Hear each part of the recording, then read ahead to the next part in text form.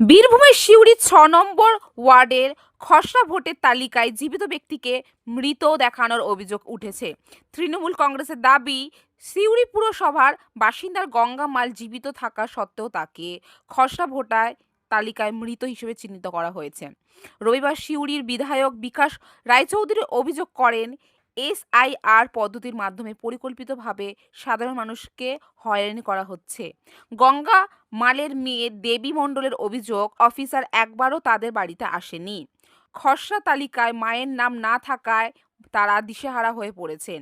এই বিষয়ে বিধায়ক বিকাশ রায়চৌধুরী জানান, সংশ্লিষ্ট পরিবারের পাশে তৃণমূল কংগ্রেস রয়েছে এবং প্রত্যেকের বৈধ ভোটের নাম তালিকায় তোলার জন্য প্রয়োজনীয় সব পদক্ষেপ নেওয়া হবে। জানতে পারলাম ওই যে দেখলাম নাম উঠেছে কি উঠেনি, তখনই দেখছি ওনার নামটা বাতিল করে দিয়েছে, মৃত বলে একবার এসআইতে এসআই করে দিয়েছে। তাই যে তারপরে আমার মা যদি এই সুযোগ সুবিধা না পায় তাহলে কি হবে? সবকিছু ভোটার কার্ডে না থাকলে সবকিছু সব বাদ চলে যাবে।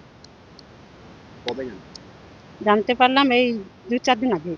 তারপরে আমরা ওই কমিশনের কাছে গিয়েছিলাম, কমিশনার জানালো, আমি দেখছি ব্যবস্থা করছি তাই বললো।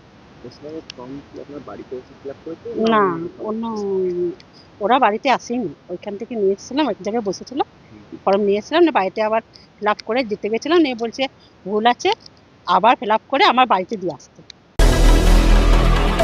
ওনাই করেছে, কেউ আসেনি আমাদের বাড়িতে। তারপর বাড়িতে গেছিলাম যে এরকম হয়েছে, তাহলে কি করতে হবে বলুন। তা বলছে দেখছি, ফোন নাম্বারটা দিয়ে যা, ফোন করে ডাকবো।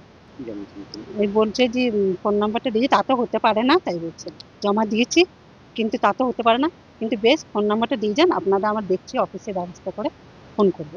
তারপর ফোন করেনি।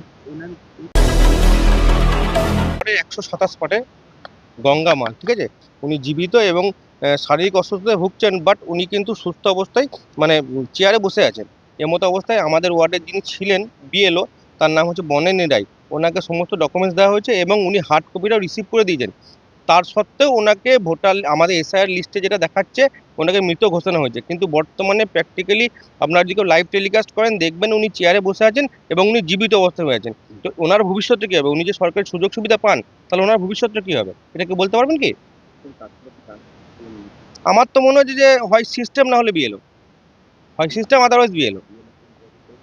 বিএলওর সাথে যোগাযোগ করা হয়েছিল, উনি বলছেন বেশ পরে করে দিচ্ছে, আবার নেক্সট ফর্ম বেরোবে, তার এগেনস্টে কিছু ব্যবস্থা করা হবে।